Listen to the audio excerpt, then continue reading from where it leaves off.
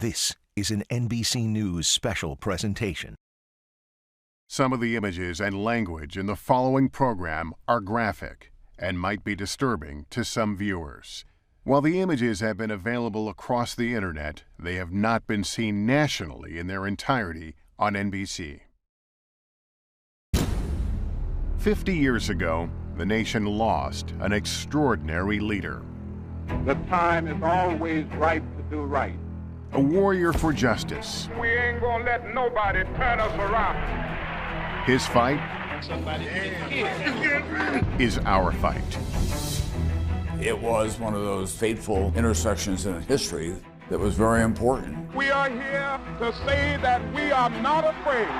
One of the reasons why Martin Luther King was so successful was that he understood television. Thank you, Dr. King. He understood that imagery was everything. Show the pictures. Show the images. When violence is that visual, prompts people to action. Shameful. Arresting children for what? The right to vote? Dr. King understood that you need to make people own their shame. It looks like the tear gas is coming. Their story of struggle and triumph. They took them into corridors and alleys and began beating them. Is the American story.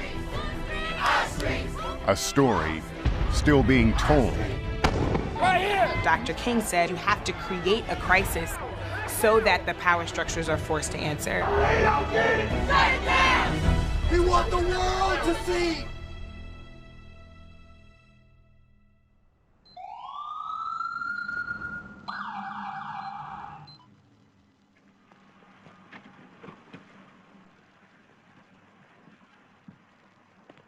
Well, sir. Good. How are you? Good. Reason I pulled you over, your brake lights are out. So you only... On July 6, 2016, outside St. Paul, Minnesota, officers pulled over 32-year-old Philando Castile on a routine traffic stop. You have your license and insurance? Sir, I have to tell you, I do have a firearm on me. Don't reach for it then. Don't pull it out. Don't pull it out.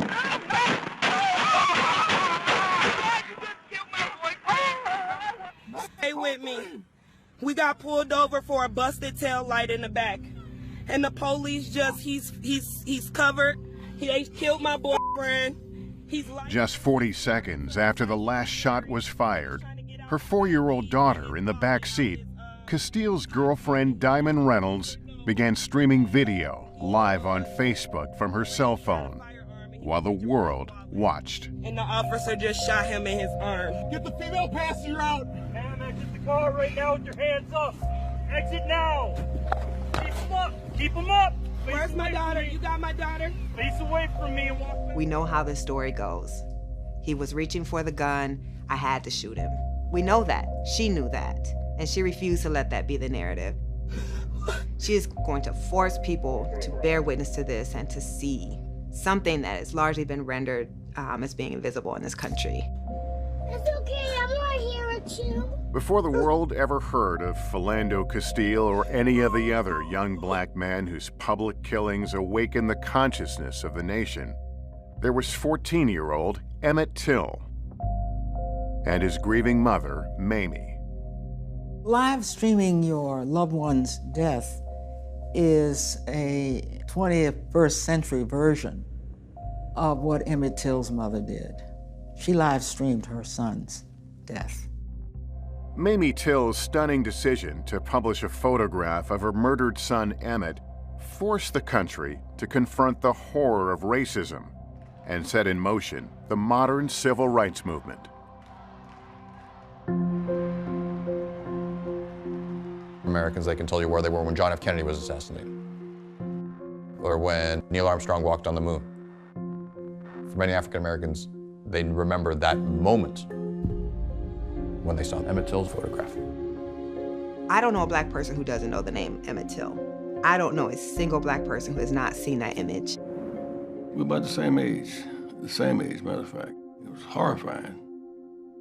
It was my 9/11. It was basically, an act of terror. In 1955, Mississippi was ground zero for racial terror in the American South. when 14-year-old Emmett Till arrived from Chicago to visit his great-uncle, Mose Wright, in a town called Money. He was a big city kid. He wasn't familiar with the dark heart and the social taboos of the Jim Crow South. Black people and white people interacted only on a transactional basis, but they were largely two different worlds. You stick to your own kind, we'll stick to our own kind. One day, Emmett and his cousins go into town and they go to a little grocery store, Bryant's grocery store, and something happens inside. According to Carolyn Bryant, the wife of the proprietor, the woman who ran the store, Emmett Till, alone in the store with her, comes on to her and whistles at her. 4 days later, Bryant's gun-toting husband and brother-in-law went looking for the boy at his uncle's house. And Mose Wright begs them to leave him alone. Please don't take him. But they take him, and he never returns. He's thrown into the Tallahatchie River with a 70-pound cotton gin fan attached to his neck with a barbed wire. A few days later, a boy fishing in the river discovered a body, beaten beyond recognition. The body was so badly damaged that we couldn't hardly just tell who he was, but he happened to have on a ring with initials.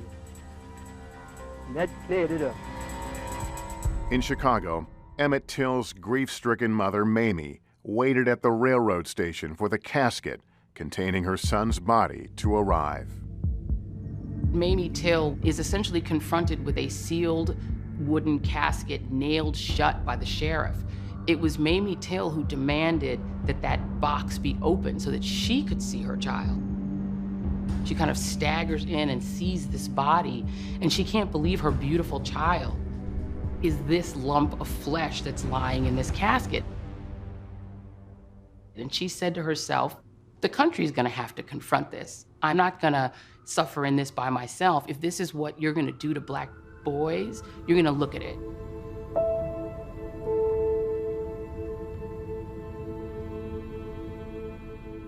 Not only did Mamie insist on keeping Emmett's casket open for the funeral, she invited photographer David Jackson from the weekly black news magazine Jet to take pictures of his body.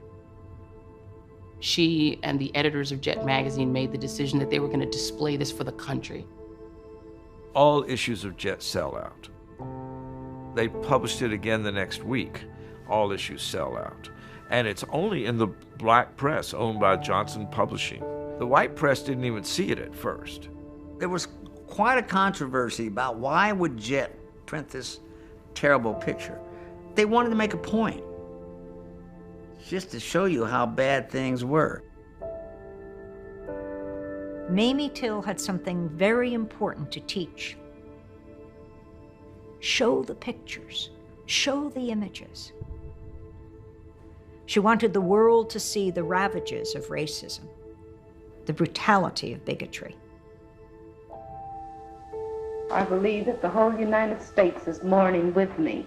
And if the death of my son can mean something to the other unfortunate people all over the world, then for him to have died a hero would mean more to me than for him just to have died. Mamie Till, I think, got more viscerally than anyone that if she didn't show those pictures, he would just be another black boy gone dead. Roy Bryant and his half-brother J.W. Milam were arrested and accused of murder.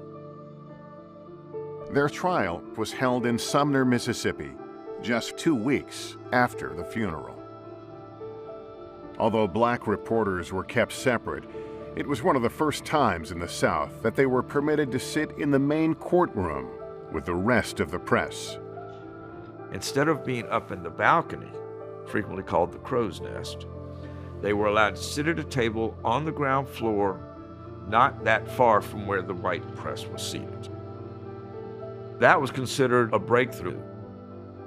Among the journalists covering the trial were Jet reporter Simeon Booker and freelance photographer Ernest Withers. Withers' photograph of Mose Wright on the witness stand, defiantly pointing to his nephew's murderers, captured a rare moment. A black man bearing witness to racial terror in a Southern courtroom. The Ernest Withers photo of Moses Wright standing up at the trial of Till's murderers was taken surreptitiously. I think that's the #1 image that most people remember. The trial lasted 4.5 days. One journalist called it the first great media event of the civil rights movement. I've just received information of an acquittal in the murder charge of Emmett Till in Leflore County. After little more than an hour of deliberations, the all-white jury acquitted both defendants. It took 67 minutes. And one juror said, it wouldn't have taken us even that long except we stopped to have a soda. While the defendants escaped punishment, they would not escape judgment. After the trial, this man, journalist William Bradford Huey, persuaded them to sell their true story for $4,000. Huey sold the story to Look magazine. It's the ultimate insult to injury, having just been exonerated in this sham of a trial, only to, with no fear of double jeopardy, tell their story. Yeah, we did it. Here's how we did it. Deal with it, America. Remarkably, 62 years later, in 2017, Emmett Till's accuser, Carolyn Bryant, recanted much of her story, admitting that she lied about what happened that day in the store. Look magazine never published the graphic photographs of Emmett Till's mutilated corpse, and few white Americans saw them at the time. But soon, a leader would emerge who understood how images of racial violence could bring about change, and he would force the nation to face them.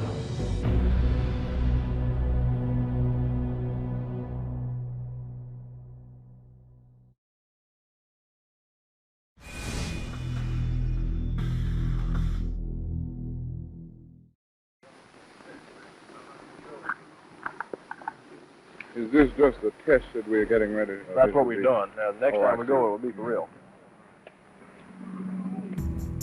This is rare, early footage of the 27-year-old man who, before long, would become a legend.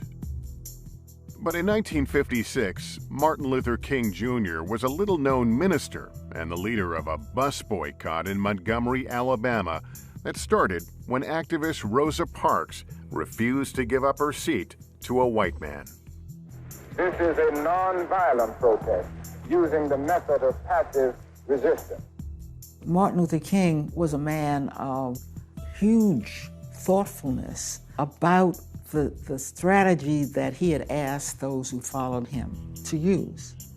And that strategy was that in the face of violence, you had the moral high ground if you did not return violence with violence. Negro passengers have been humiliated, intimidated. At first, the young minister who went by the unassuming name of M.L. King was only covered by black journalists writing for black papers. In particular, the Birmingham World, a black newspaper, and its editor, Emory Jackson.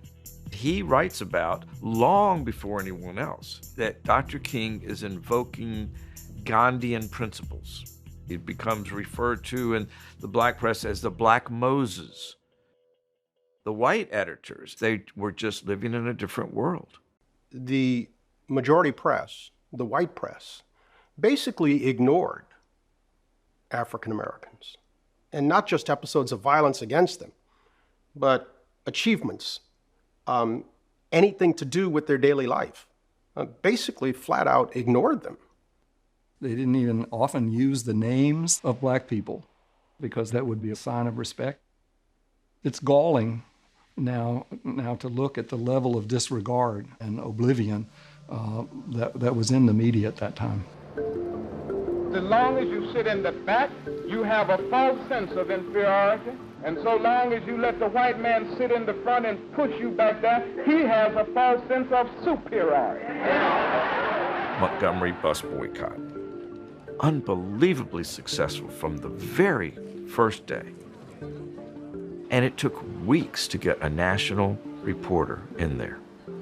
I think it was 6 weeks before a news magazine came in, and then 12 weeks before a major newspaper came in. We have no moral choice but to continue the struggle, not for ourselves alone, but for all America. King developed a strategy of resistance that was designed to challenge the status quo while never making white America feel threatened. He consciously set about creating a character palatable to all of America. Martin Luther King understood that if you're only telling the story, among the black press and among black people, you're preaching to the choir. You've got to get outside the church. What special instructions or advice had been given the Negro people? If there is violence, that it must not come from Negro people. King's efforts to woo the media started to pay off. Soon, King was the story, and the story was the movement. More than 12 months now, we, the Negro citizens of Montgomery, have been engaged in a nonviolent protest. The boycotters faced death threats and persecution, but under the leadership of Dr. King, they mounted a successful and peaceful campaign. Facing financial crisis and failing in the courts, the city of Montgomery relented and ordered that black passengers be allowed to sit anywhere. America likes a winner. The media loves a frontrunner. One could argue that if Dr. King's first foray on national television had not been a success, would the media have turned around and gone home? I don't know. We'll never know, thank God.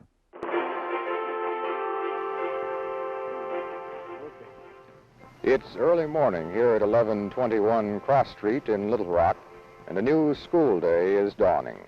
A year after the Montgomery bus boycott, Little Rock, Arkansas became the stage for the next great drama of the movement, when local NAACP leaders handpicked 9 black students and pressured the school board to enroll them at all-white Central High School. They were challenging the city to comply with the Supreme Court's 1954 decision in Brown versus Board of Education, where the court ruled that all public schools must be integrated. Ernest Green, age 16, 12th grade. When they said, "Are you interested in transferring to Central?" I said, "Hey, why not?" My attitude was that change was coming. I want to be a part of it. I'm ready to change the face of the South. The story took an unexpected turn when the governor defied the courts and ordered the National Guard to block the black students from entering the school. The first day we faced the Arkansas National Guard with bayonets. They let the white students into the campus and barred us from entrance. It was surreal. Outside the school, an angry crowd gathered. The minute they walk in, that's when we walk out. And it's not right. They have schools just as good as ours. 8 of the 9 black students arrived together that first day. Only Elizabeth Eckford, whose family didn't own a telephone, arrived alone. Elizabeth didn't get the message that we were going to meet at the 14th Street side of the school and not the 16th Street side of the school. We had the protection of each other. And this group of ministers, Elizabeth didn't have anybody. She really took the brunt of it that day. This black young teenager, all by herself, being frightened and screamed at. It's the first of a series of images showing how powerful and virulent Southern white racism was. Traumatized by the reaction of the crowd, Elizabeth refused to speak to news crews. Can you tell me your name, please? Are you going to go to school here at Central High? You don't care to say anything, is that right? There was one journalist Elizabeth agreed to talk to, Moses Newson, a newspaper reporter for the Baltimore Afro-American. When I heard about it and rushed over, and she recognized me, she said she would talk to me.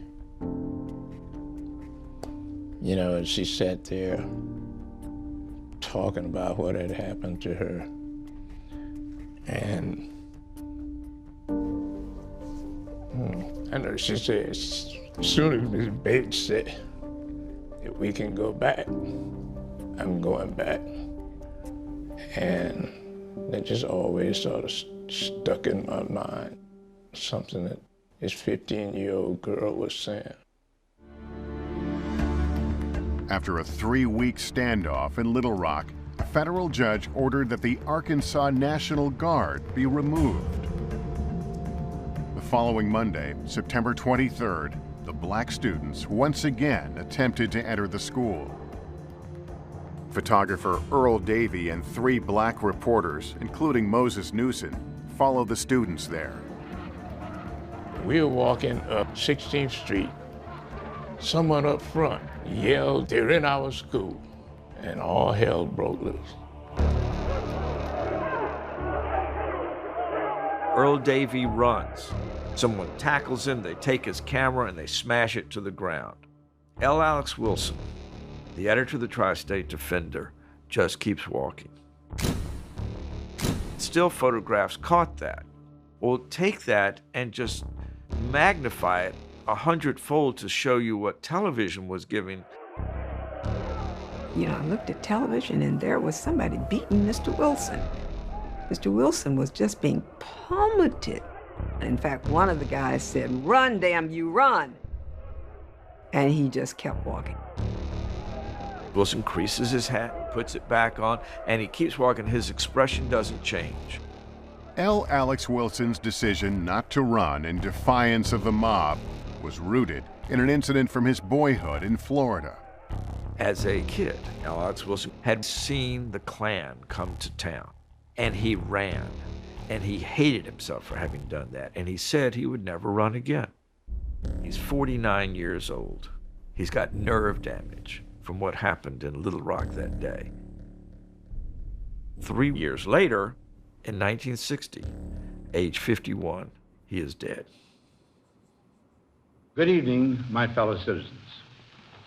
For a few minutes this evening, I should like to speak to you about the serious situation that has arisen in Little Rock. Mob rule can not be allowed to override the decisions of our courts. Within hours of Eisenhower's announcement, as the American public watched in shock and disbelief, 1,000 federal troops marched into Little Rock, and the Arkansas National Guard was federalized. It was a huge television event, the president speaking on TV, ordering federal troops into an American city so some black kids could go to school.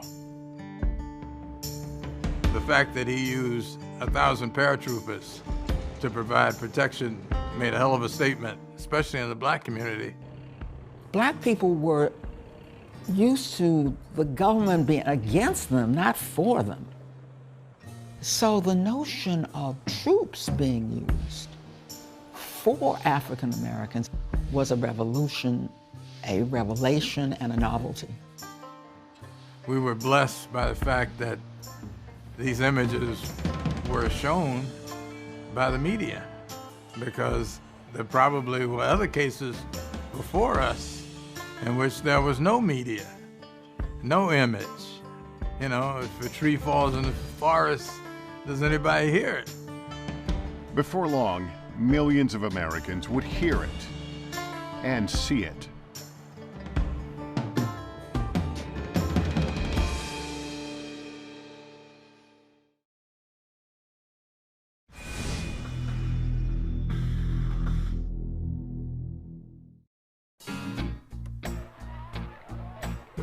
nearly every American heard about the Little Rock Nine. The story gave a boost to the movement, and the movement gave a boost to the fledgling industry of television news. Television was just breaking through to being the national medium for news. Not every American home had a television set. We were sort of making it up as we went along.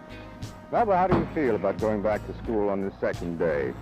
I feel pretty good about it, although it is sort of a nervous spot to be in. This was the world of 15-minute news. People like Mike Wallace.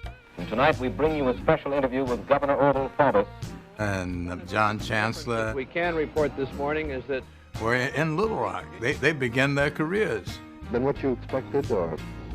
Well, there are people who come up to me and say, you know, they began their evenings by seeing what we were doing. Reality TV. We were early reality TV before we knew it. It was one of those fateful intersections in history that was very important, both for journalism and also for the African American and the cause of human rights in America. Martin Luther King's strategy of nonviolent, direct action inspired a wave of young activists to take up the cause. King was able to energize young ministers, young students. He set a tone of let's come out of these cathedrals, let's come out of these offices, and let's do something in the streets. Beginning in February 1960, in cities from Greensboro to Nashville, black students sat down at lunch counters and refused to leave until they were served.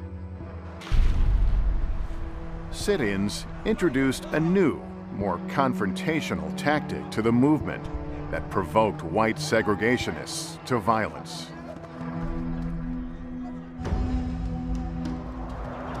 Then in May of 1961, 13 activists, black and white, calling themselves Freedom Riders, boarded 2 buses in Washington, D.C., a Trailways and a Greyhound.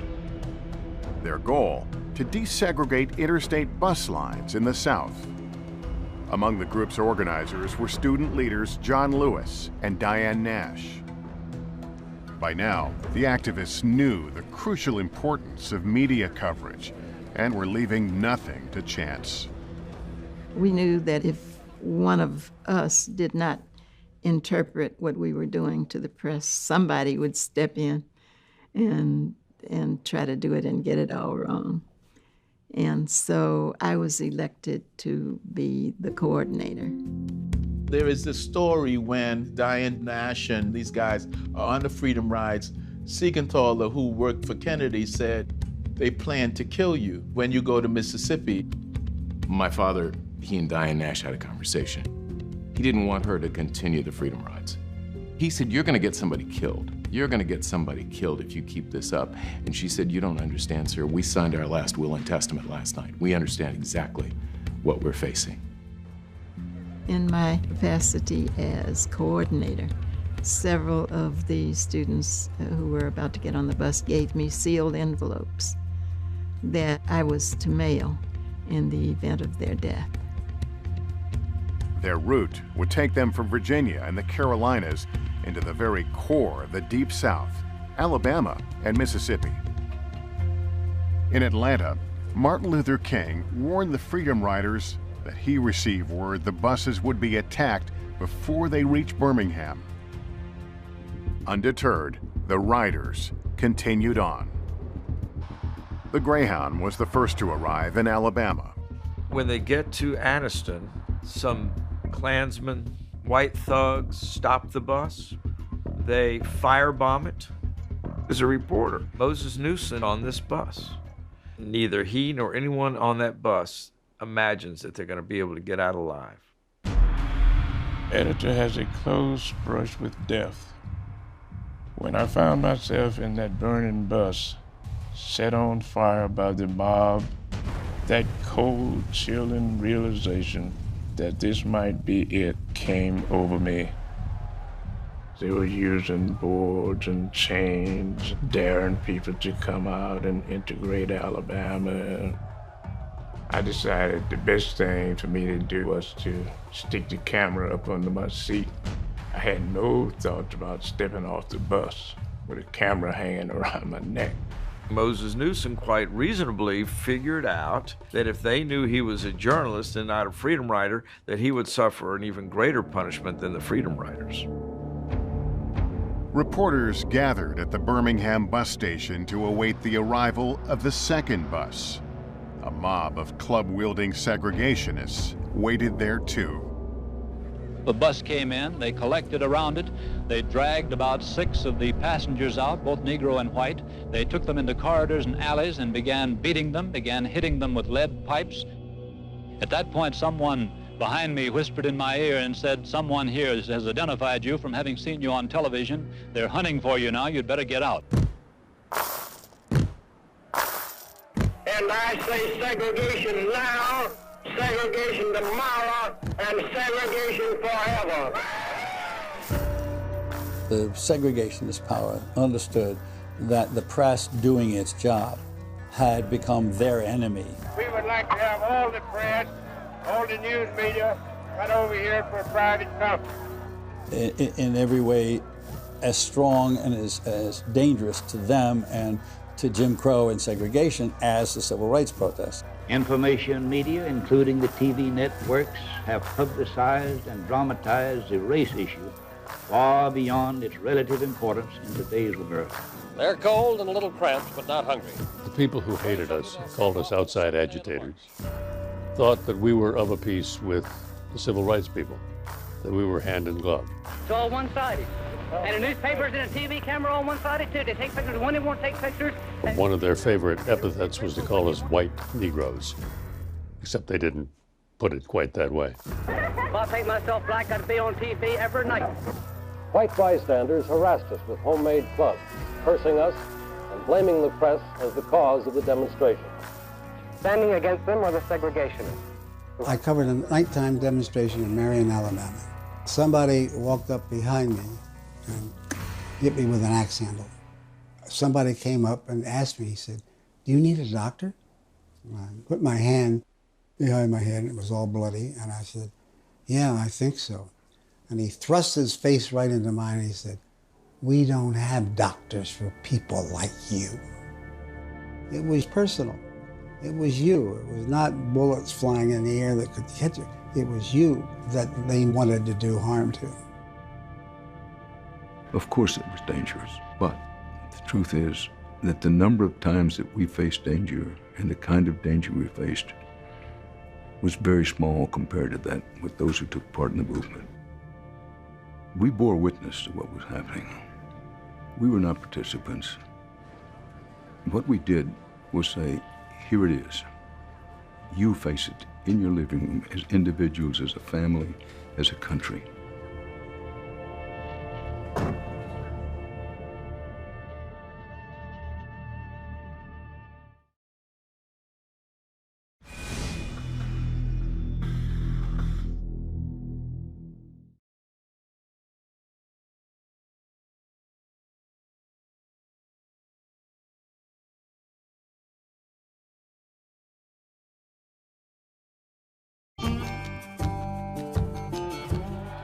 Six years after Emmett Till's murder, the state where he was killed, Mississippi, emerged as a fortress of Southern white racism. I love Mississippi. I love and I respect our heritage. Mississippi had always been just a place apart to me. It was the South Africa of America. It was a place you didn't really want to put your foot. Now, a civil rights maverick would strike at the venerable all-white University of Mississippi, known as Ole Miss. University of Mississippi had not had any black folks as students ever. An extremely single-minded young veteran, James Meredith, decides he's going to go to Ole Miss and will not be deterred. I have decided that I, J.H. Meredith, will register. One impediment is removed after another by the courts. who keeps saying you can't keep the guy out. Mississippi's governor, Ross Barnett, had no intention of complying with the court order. He stood defiantly in the door of the registrar, blocking Meredith's way. Ole Miss, he said, would remain all white. I, Ross R. Barnett, governor of the great and sovereign state of Mississippi, denied to you, James H. Meredith, admission to the University of Mississippi.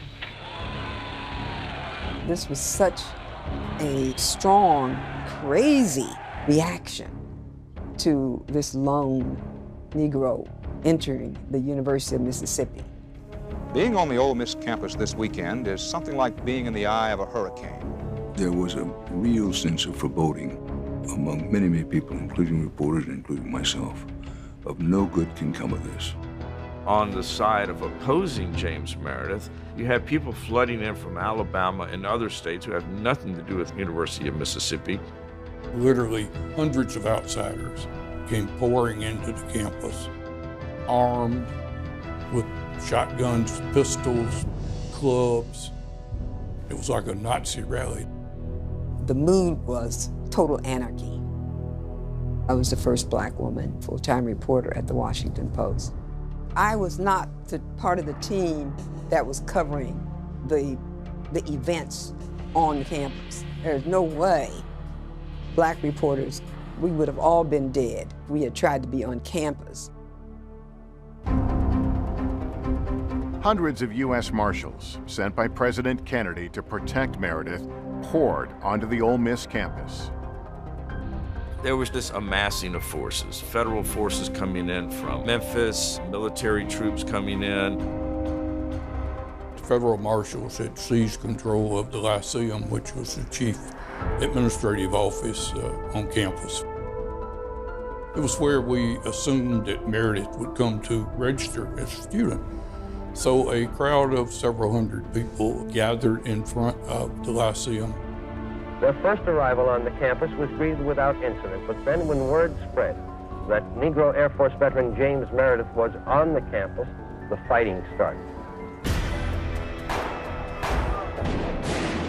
It developed into this gunfight that went on for hours. I sought refuge in a girls' dormitory. The photographers did not want to use flashes any more than a television camera person wanted to use a big light, because you would beat up someone who was using a flash, and in fact, they did. Before the night was over, the violence had claimed 2 lives. One was a French journalist named Paul Guillard. He had a bright red beard and red hair. Probably part of the reason that he died is because he was clearly identified as a member of the press. His body was found over near behind a women's dormitory, and he's been shot at close range. Unsolved to this very day. By the next morning, the riot was quelled. Under heavy guard, James Meredith was finally allowed to register and attend class at the University of Mississippi. He remained enrolled under the protection of U.S. Marshals until he completed his coursework the following year, becoming the university's first black graduate. Mississippi mood, hope and fear. The hope is that Meredith signals the coming of the light for all of them. The fear is that the inevitable changes will bring further death, destruction, and repercussions.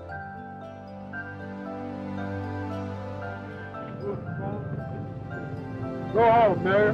What can the past Go home, Mayor. tell us about the future? This city is run by criminal niggers. We're not nonviolent. We'll f***ing kill these people if we have to. Nazis down! Nazis down! As writer William Faulkner said, the past is never dead. I'll shoot you! It's not even past. I think anybody who witnessed what happened on the campus of UVA couldn't help but think that maybe the hands of time have swept backwards. My blood. My blood. I know all this is my blood, yo.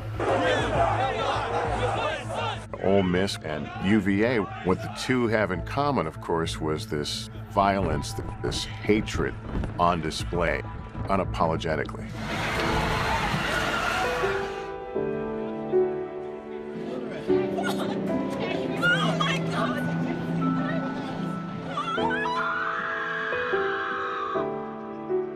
Things that we thought we'd moved past, and a lot of people thought, you know, how far have we really come?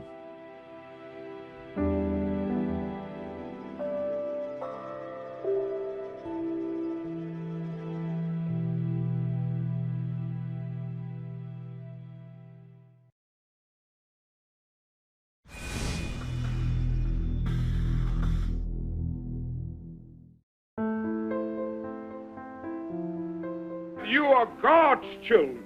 We ain't gonna let nobody turn us around. One of the reasons why Martin Luther King was so successful was he understood television. We deliberately had demonstrations before 12 o'clock.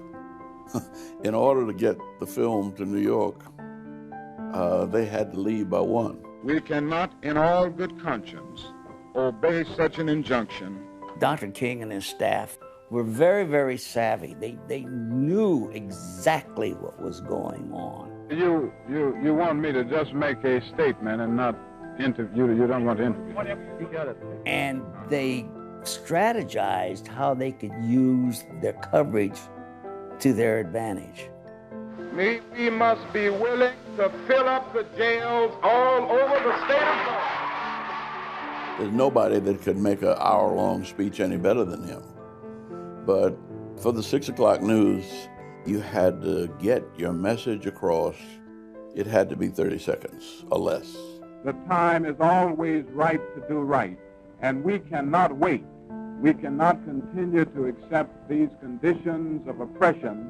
King would dramatize and force the media to deal with the issue. I've got to grab your attention without losing your interest and respect. And King mastered that. But for all of King's sophistication, he could still be outmaneuvered by a clever adversary and risk losing control of the civil rights story. I've often been told that I was welcome down here, but I didn't know whether I would be or not. Laurie, L-A-U-R-I-E, Pritchett, is the police chief of Albany, Georgia. And he set about doing things differently. King used the students' method of direct confrontation in Albany, Georgia. However, Police Chief Pritchett cleverly countered the nonviolent demonstrations with nonviolent arrests. All right, you're under arrest. Dr. King thinks he's going to draw violence onto protesters, but the police chief down there was actually very savvy. He decided he was not going to play to the television cameras. A ban on demonstrations has brought more than 1,500 arrests of desegregationists so far. They prayed, they were asked to move on, they refused to do so. You're under arrest. Pritchett jails Dr. King and a lot of other demonstrators. But his goal is not to let them have their way and stay in jail long enough to generate a lot of press and a lot of publicity. This is one time that I'm out of jail, and I am not happy to be out. Out of jail and out of the headlines, King seemed momentarily out of options. And the National Press Corps knew it. Reporters present Albany as a big defeat. It's viewed as a serious political setback for Dr. King, and in part because there had been absolutely no white violence whatsoever against black demonstrators in Albany. As long as civil rights activists were just being quietly and respectfully jailed, the media didn't really care about that story. King knew he had to get the movement back on track, and to really make this notion of nonviolence work, he had to find a place where there would be resistance, where people could really see the ugliness of what they were confronting. He recognized that nothing was going to change until and unless most Americans were exposed to the reality of what was going on. So if that's what he needed to do, was provoke a reaction on the part of bigoted Southerners who were all too willing to play their part. He just had to bring them to the fore. You can never whip these boys if you don't keep you and them separate. You've got to keep the white and the black separate. Theophilus Eugene Connor, Bull Connor. He was the police commissioner in Birmingham, and he was large and he was in charge. Uniformed Forces of Birmingham, led by Commissioner Eugene Bull Connor, who says, "We were trying to be nice to them, but they won't let us be." The decision to do protests in downtown Birmingham is a very calculated decision to see what Bull Connor is capable of doing that will attract the attention of northern white journalists. Birmingham is a symbol of hardcore resistance to integration. I have the feeling that if we can get a breakthrough in Birmingham and really break down the walls of segregation, it will demonstrate to the whole South that it can no longer resist integration. King said, we've got to go for broke, we have to do something dramatic. And the first thing his advisors told him is, don't tell your father, don't tell any of your immediate advisors. They don't want you to go to Birmingham. They think it's too dangerous and you don't have a chance to win. Grown adult protesters get attacked, the media covers it, but after a while that tactic doesn't draw the media anymore. So then King thinks, what can I do now? That's when he decides to have the Children's March. That was very, very controversial, to put children in a situation where you knew that there was going to be violence visited upon them. We had never done that before. We had never had children before, and we didn't know what could happen. These are some of the 1,100 children of Birmingham who demonstrated in the streets and went to jail, and then were either suspended or expelled from school. These were 11th and 12th graders who were mostly 16 to 19. They were very mindful of the fact that in another year, they could be sent to Vietnam to die for freedom, abroad for somebody else. The students cut classes and took to the streets by the hundreds, following Dr. King's tactic of going to jail deliberately to dramatize the Negro protest against segregation. Unlike Albany, the supply of recruits for the so-called nonviolent army was unlimited. During the weeks-long Birmingham campaign, King himself was arrested. From his cell, he composed one of the movement's seminal documents, his letter from a Birmingham jail. He wrote, "We know through painful experience that freedom is never voluntarily given by the oppressor. It must be demanded by the oppressed. For years now, I have heard the word wait. It rings in the ear of every Negro with a piercing familiarity. We must come to see that justice too long delayed is justice denied." More than 1,000 school children, first high school students, then much younger ones, left school and headed downtown, where Bull Connor's troops waited with fire hoses and dogs. Dr. King realized that if you have embers and you have gasoline, all you need to do is get a spark and things will burn.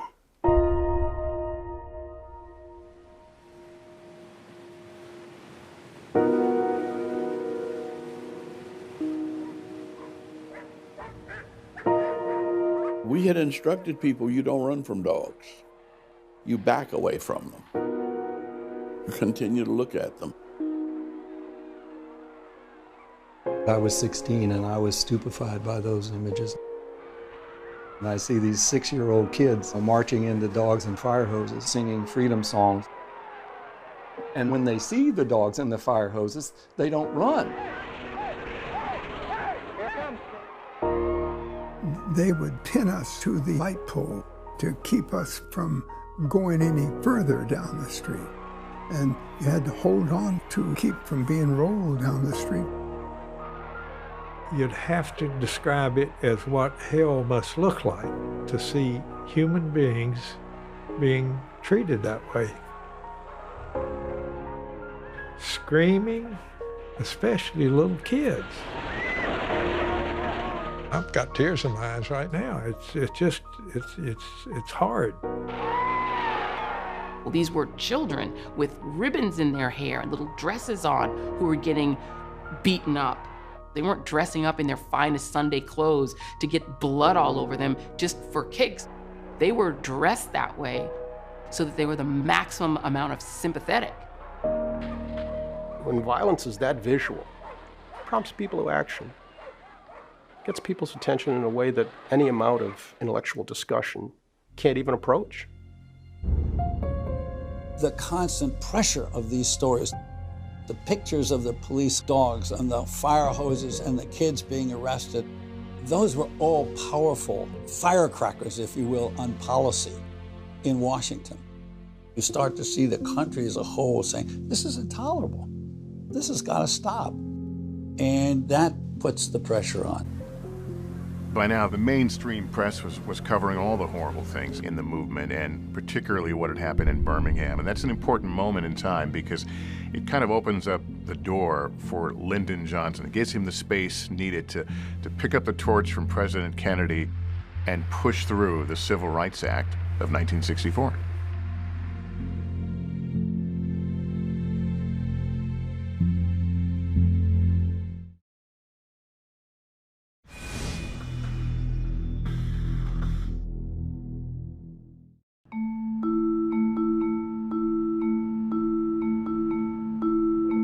In August 1963, King staged his greatest production of all.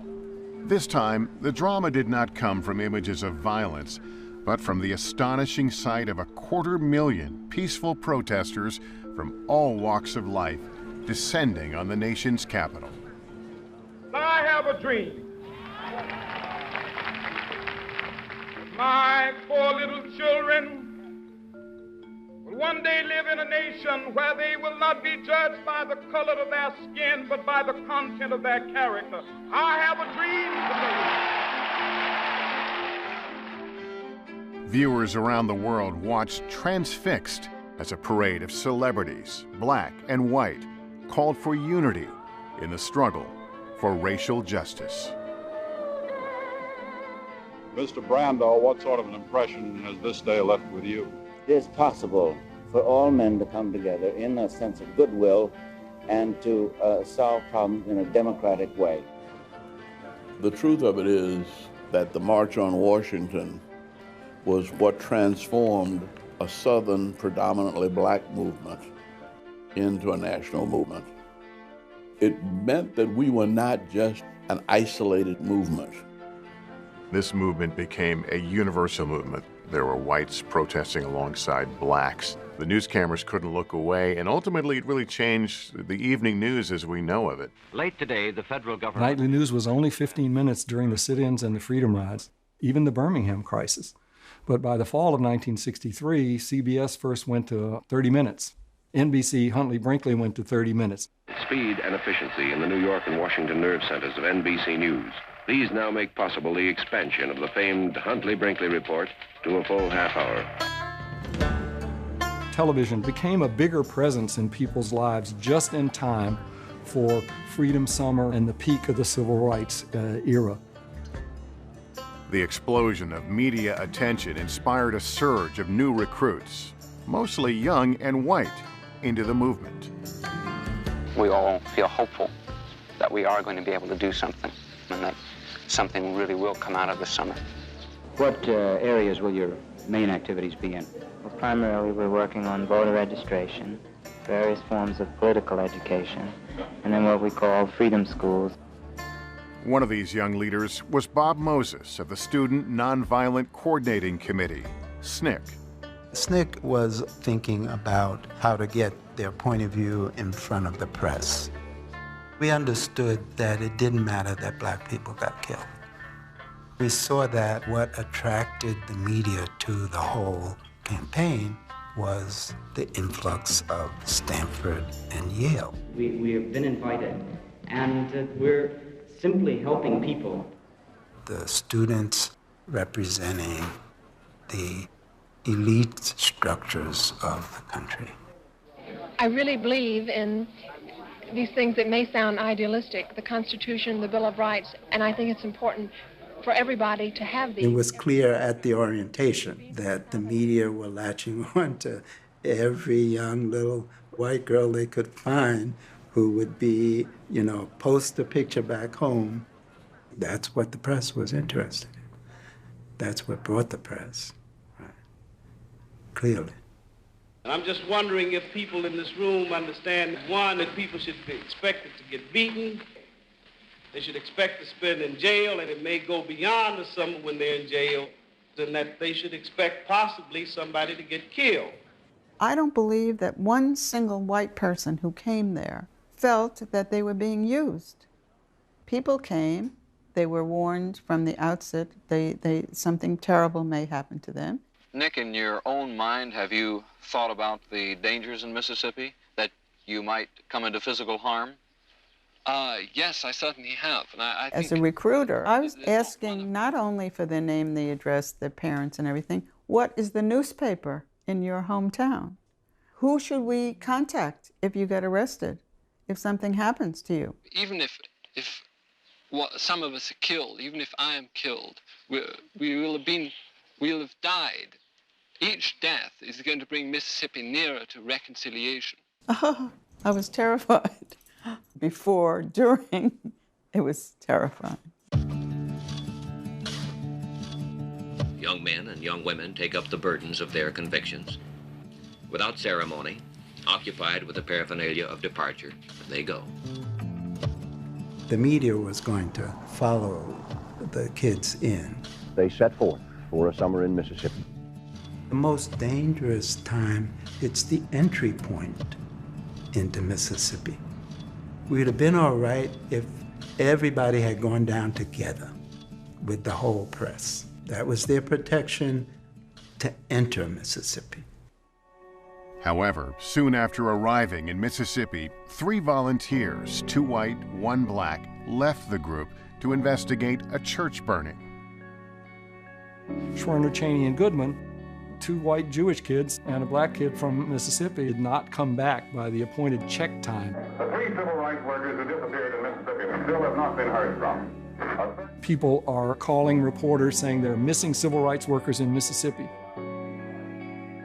That was one of the reasons that allowed for this real convergence of press interest that went right up into the White House. Miss Werner, I have talked to the governor there, and he is making all the facilities of the state available in the search. It became the dominant story of the summer. Did Mr. Schwerner ever tell you in his own words why he came down here? He wanted to find what he could do about an intolerable situation. Very quickly, the media focused on Rita Schwerner, the telegenic wife of missing activist Michael Schwerner. That the people in this country have had enough. They went all over Rita. And Rita was about 5'2", and she weighed about 85 pounds. They went up to her and they said, "Mrs. Schwerner, how do you feel?" And Rita wouldn't play. She said, "You would not even be interviewing me if my husband was black." And it was true. It was true. Mrs. Cheney, the wife of one of the missing white men, has said that the only reason this case has attracted national attention is because there are 2 white Northerners involved. Do you believe that? Well, that's what I feel, too, because if he was by himself, I doubt that we would ever know anything. The bodies of Goodman, Schwerner, and Cheney were found in an earthen dam 44 days after their disappearance. Question facing everybody under the sound of my voice tonight, and every person who lives in this nation. Not so much who killed those young men, but what killed them. And when we move from the who to the what, in a strange sense, their death involves all of us. The reporters in the civil rights movement were presenting stories that made average Americans question their accepted reality. The bombing of this church claimed the lives of 4 little girls attending Sunday school. People didn't know black people very well. They weren't aware of what lives were really like because black people were largely invisible to most of white America. There have been 5 church burnings in the past dozen days. All the churches were Negro churches. People couldn't believe at the local level, but all over America. They read about it, they saw the photographs, they saw it on the news. People identified with us.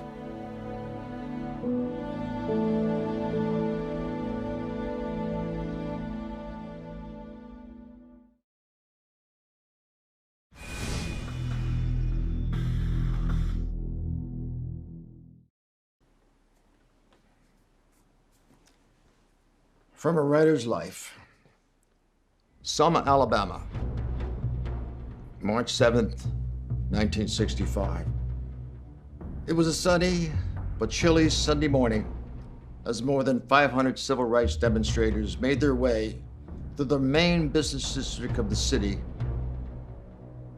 ignoring the stares of the white people and defying the court order of a local judge as they headed in the direction of the bridge. I was sent as one of 3 reporters for the New York Times to Selma. I'm watching with this photographer, McNamara, a few other reporters. We see young John Lewis. I don't think he was more than 23 or 24. He's a very young man. Scrawny little guy who didn't seem to be very formidable or enduring, but he was. We're marching today to dramatize to the nation, dramatize to the world, that hundreds and thousands of Negro citizens of Alabama, but particularly here in the Blight Belt area, denied the right to vote.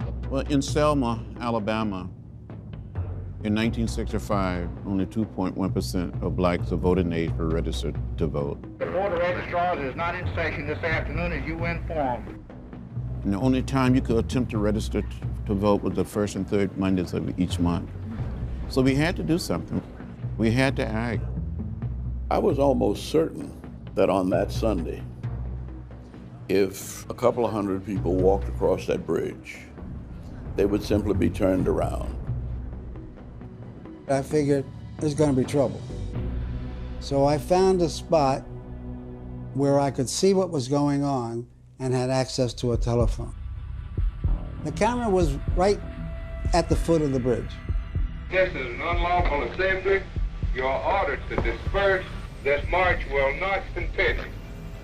Troopers advance toward the group.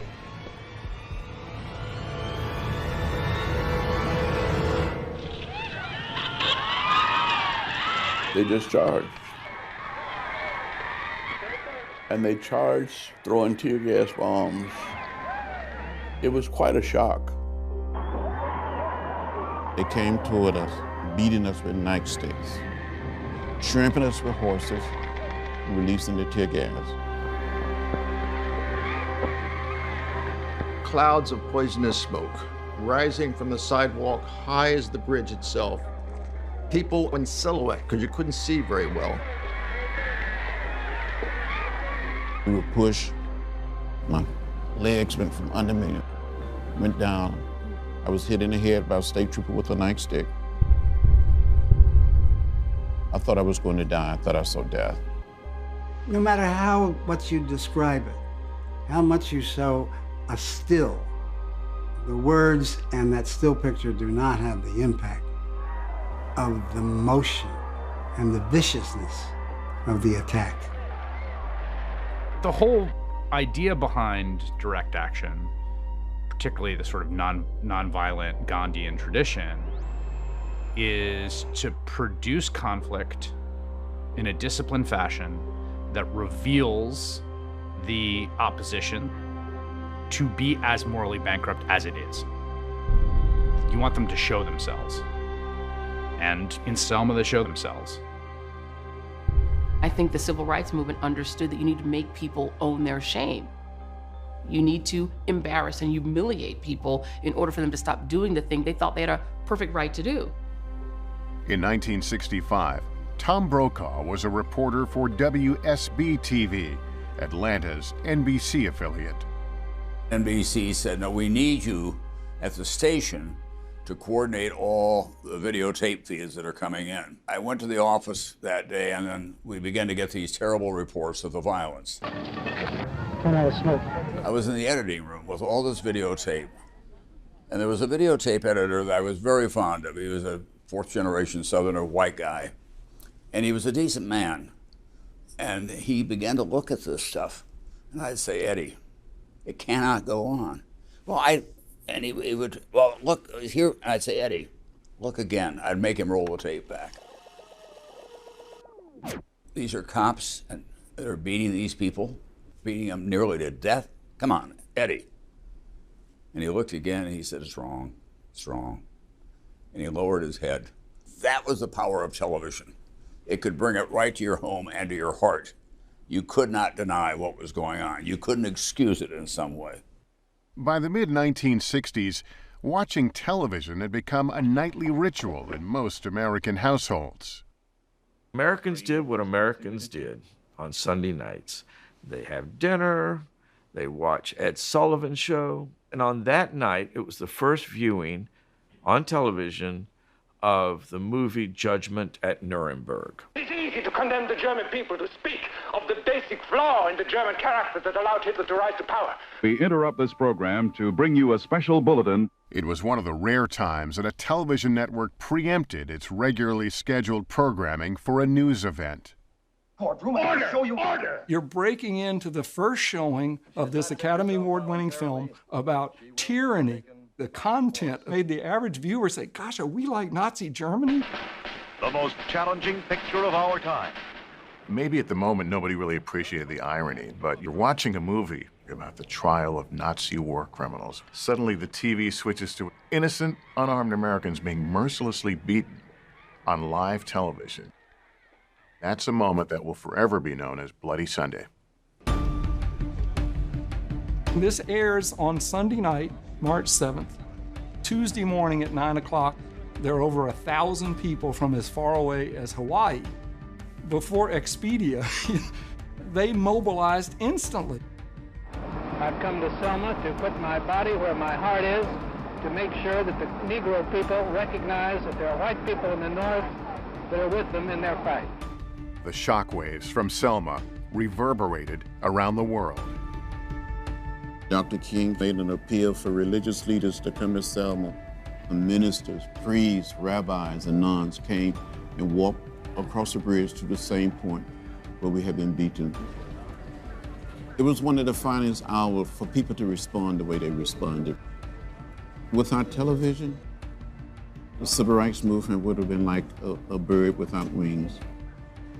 That's pretty amazing, the convergence of a media phenomenon and a mature movement coming together to shape politics. Like Birmingham before it, the brutality at Selma shocked the nation, compelling Washington to respond. Ladies and gentlemen, the President of the United States. This time with a Voting Rights Act of 1965. What happens in Selma or in Cincinnati is a matter of legitimate concern to every American. This is one nation.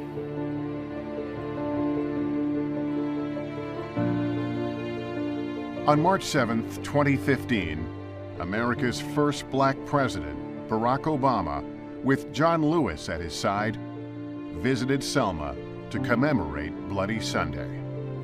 In one afternoon, 50 years ago, so much of our turbulent history, the stain of slavery and anguish of civil war, the yoke of segregation and tyranny of Jim Crow, all that history met on this bridge. Just 7 months earlier, in Ferguson, Missouri, peaceful demonstrators protesting the shooting of teenager Michael Brown were confronted by a militarized police force. All of a sudden, 3 urban tanks came. Looks like flash grenades. There's a smoke rising up. Now it looks like the tear gas is coming out. We just need to open our eyes and our ears and our hearts to know that this nation's racial history still casts its long shadow upon us. It's not just Negroes, but really it's all of us who must overcome the crippling legacy of bigotry and injustice. And we shall overcome. President Johnson's 1965 speech to Congress, invoking the movement's anthem, marked the peak of the civil rights struggle. For a brief moment, the promise of a nation united against racial injustice seemed within reach. But would it last?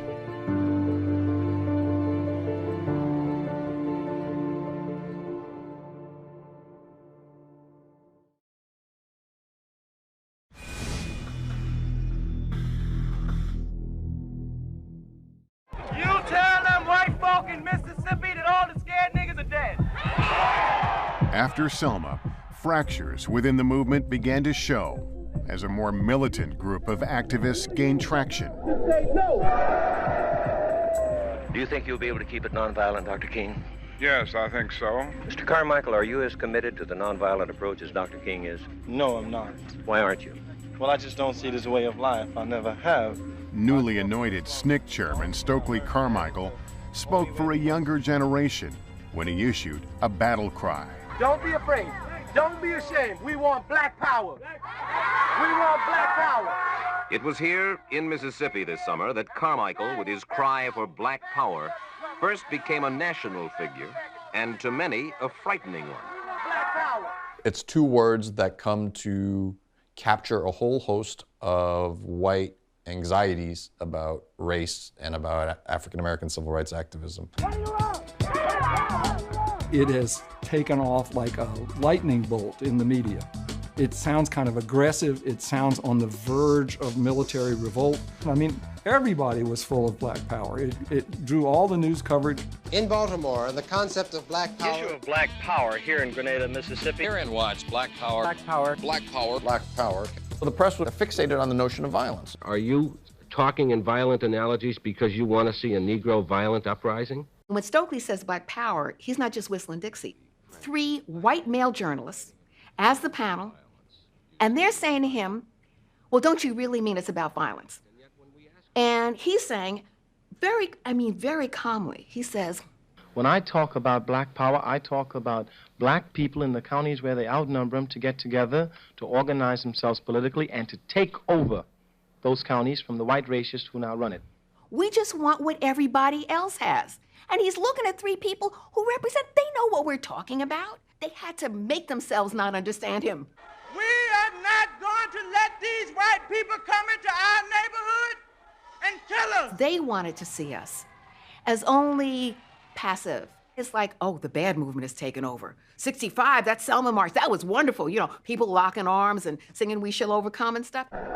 We want to talk about this thing called violence that everybody is so afraid about. The media tends to be stuck in the narrative that they understand. As black activists became less conciliatory to white America, the mainstream media began to cool on civil rights. So far, a definitive statement on what black power is has yet to be forthcoming, except that it is damaging. For most of the history of the civil rights movement, from the mid-1950s to the mid-1960s, it was easy for the white press to pick which side they were on. They were clearly on the side of the civil rights demonstrators.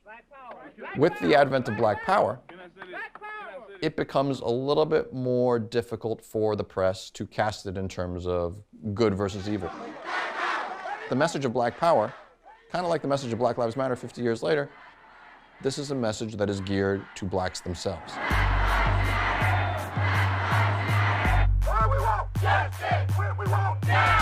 This movement is not brand new. This is the latest chapter in a liberatory struggle in America for black people and for people of color. And what's been the response so far? The real truth of the matter is that children are the ones who are suffering from this occupation the most. My role is to take the demands from the street and make them relevant in the policy space. Brittany Packnett, a leading Black Lives Matter activist, was one of several civil rights leaders, past and present, invited to the White House in 2016. People like Brittany, who served on our police task force in the wake of Ferguson and has led many of the protests. The beginning of our work in Ferguson was simply to help people understand that there really is a problem. That racism is not dead, no matter who was in the White House at the time. Some of our tactics were still rooted in the traditions of the civil rights movement. But given that this is the next chapter, things evolve. We weren't going to sing, "I shall not be moved and we shall overcome." We're gonna play Lil Boosie. We are not carrying protest signs, we're wearing protest tees. To wear your Sunday best, that was a strategic move in the civil rights movement, but I shouldn't have to dress my best for you to see me as a human being.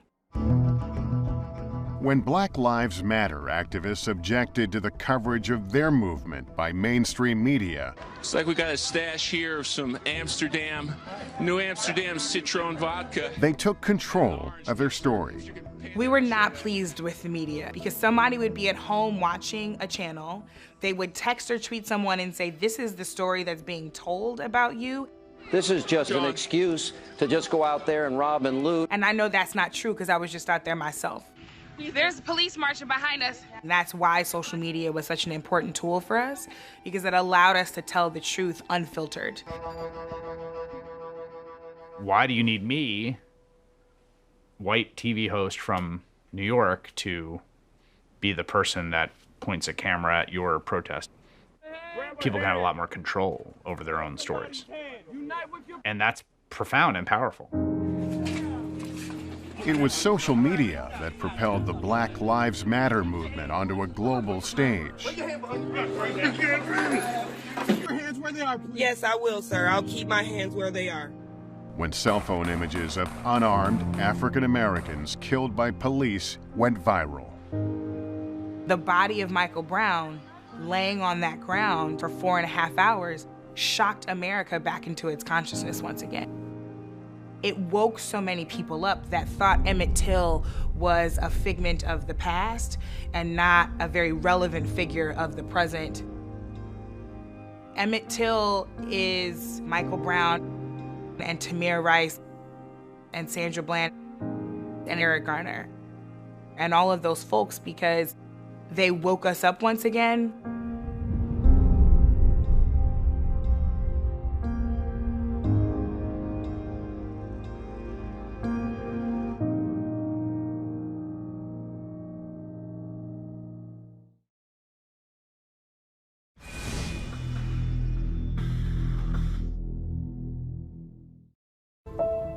We are tired of our men not being able to be men because they can't find work. We are tired of working full-time jobs for part-time income. With the rise of Black Power, Martin Luther King's agenda, while still nonviolent, shifted. We are tired of living in dilapidated, rat-infested shacks and slums. He began to voice an even more radical denunciation of American society. To broaden his message beyond the civil rights platform, King took his movement north, where he encountered a backlash. But if there was progress in the South, there was violent resistance in the North. The nation suddenly learned what it should have known, that racial prejudice was not just a Southern problem. It was nationwide. King takes his campaign to Chicago when he moves into the ghettos there. People felt very differently when the microscope was being turned upon their own communities. I have never seen, even in Mississippi and Alabama, mobs as hostile and as hate-filled as I've seen here in Chicago.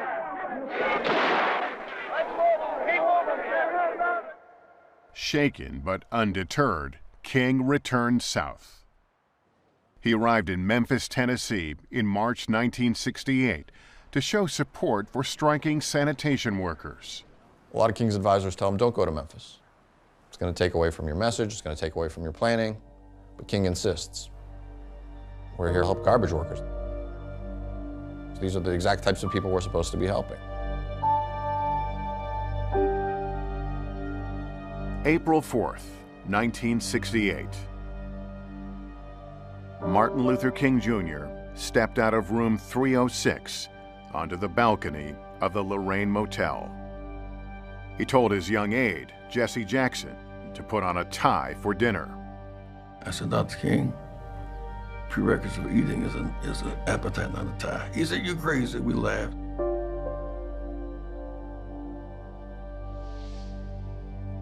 He never knew it hit him. He didn't suffer at all. Because I remember saying, "Get up, he's my friend, Martin, hold on, Martin." He was gone. He was here, he was not here. God knows this is the most tragic thing that has ever happened in my life.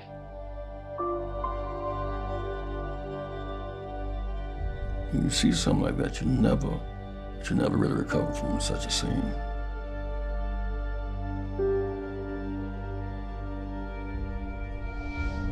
Knowing Dr. King was a marked man, news crews shadowed his every move. But at the moment of his death, no television cameras were present. The only pictures taken that day were by a South African filmmaker, Joe Lowe, who was at work on a documentary about Dr. King. I heard the shot ring out, and I rushed out on the balcony. I saw Dr. King lying about 40 feet away. I ran to help, but there wasn't much anyone could do. I have some very sad news for all of you, and that is that Martin Luther King was shot and was killed tonight in Memphis. We are very upset today because we have lost somebody like a father. It's got to be brighter, it's got to. And today, many people are out here on the street wondering which way they're going to turn because we don't know where we're going to go. Do we go to the right? Do we go to the left? We're not sure today. And we've lost something, and we feel it deeply. We feel it. Our Moses, the once in a 400- and 500-year leader, has been taken from us by hatred and bitterness. The white people do not know it, but the white people's best friend is dead.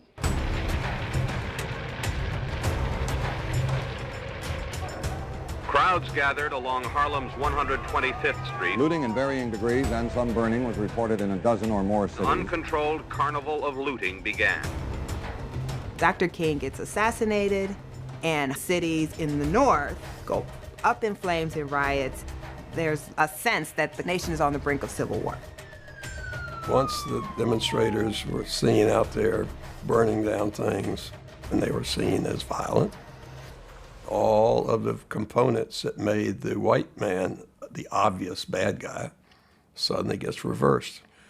And that was a horrible moment of watching the narrative shift.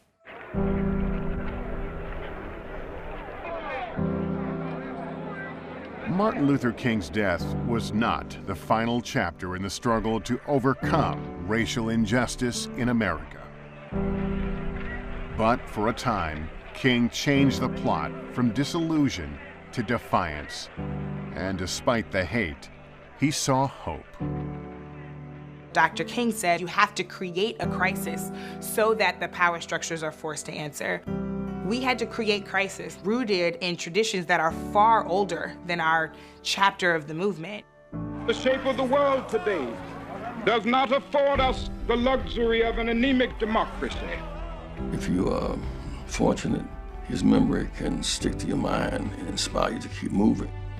King used to talk about that a real peace was not the absence of tension, but the presence of justice.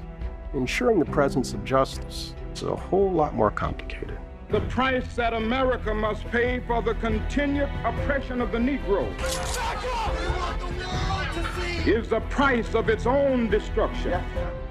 There was something happening in America that responded to his voice and his message.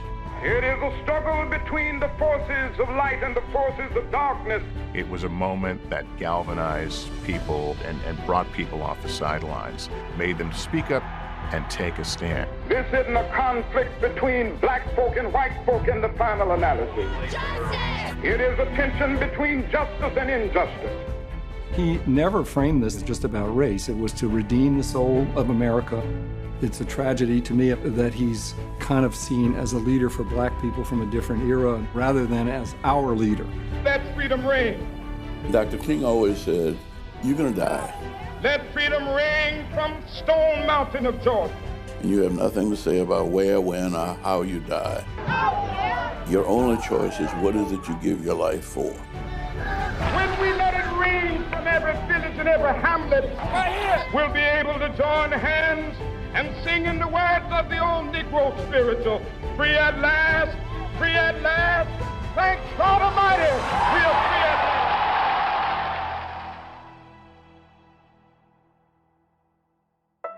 There's a common thread I see every time I'm in the field. While this was burning, you were saving other homes. Neighbors helping neighbors, and strangers alike. No official first responders here, just volunteers going in and bringing folks out. This is what America's about. What my colleagues did that night was heroic. Sometimes it's nice to see all the good that's out there. We have seen it in community after community after community. Watch NBC Nightly News with Lester Holt.